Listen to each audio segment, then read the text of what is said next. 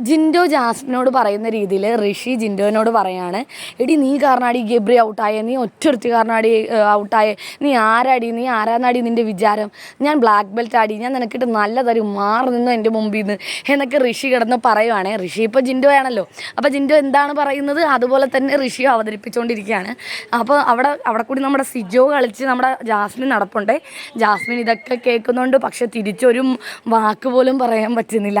കാരണം ജാസ്മിൻ ഇപ്പോൾ സിജോ ആണല്ലോ.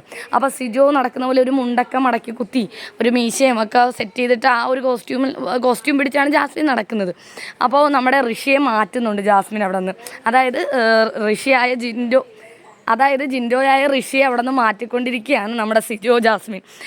മാറി അവിടെ മാറി, വേണ്ട അവളോട് ഇതിനെപ്പറ്റി ഒന്നും സംസാരിക്കാൻ പോകണ്ട, വേണ്ട ജാസ്മിനോട് ഇതിനോടൊന്നും മിണ്ടാൻ പോകണ്ട, നിങ്ങളിത് ആ മൂലയിൽ പോരുന്ന സിഗരറ്റ് വലിച്ചോ, നിങ്ങൾ പുക വലിച്ചോ എന്നൊക്കെ പറയാണ് കേട്ടോ. അപ്പോൾ ഉടനെ ഋഷി പറയാണ്, ഋഷി ജിൻഡോയാണല്ലോ, എൻ്റെ ലൈറ്റർ കാണാനില്ല, എൻ്റെ ലൈറ്റർ ആരും എടുത്തുകൊണ്ട് പോയെന്ന് തോന്നുന്നു, എൻ്റെ ലൈറ്റർ കാണാനില്ലെന്നൊക്കെ. എന്താണെങ്കിലും കിട്ടിയ അവസരം ഋഷി നല്ലോണം മുതലാക്കുന്നുണ്ട്.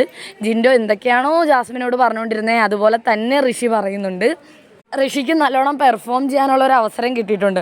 പക്ഷേ സിജോയുടെ ക്യാരക്ടർ ചെയ്യുന്നത് കൊണ്ട് തന്നെ ജാസ്മിന് നല്ലോണം പെർഫോം ചെയ്യാൻ പറ്റുന്നില്ലെന്ന് തോന്നുന്നു.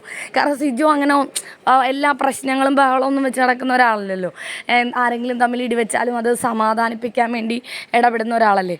ആ രീതിയിലാണ് നമ്മുടെ ജാസ്മിൻ സിജോയെ ചെയ്യുന്നത്. എന്തായാലും ലൈവ് അടിപൊളിയായിട്ട് മുന്നേറുന്നുണ്ട്. ലൈവ് അപ്ഡേറ്റുകൾക്കായി മറക്കാതെ നമ്മുടെ ചാനൽ സബ്സ്ക്രൈബ് ചെയ്യുക.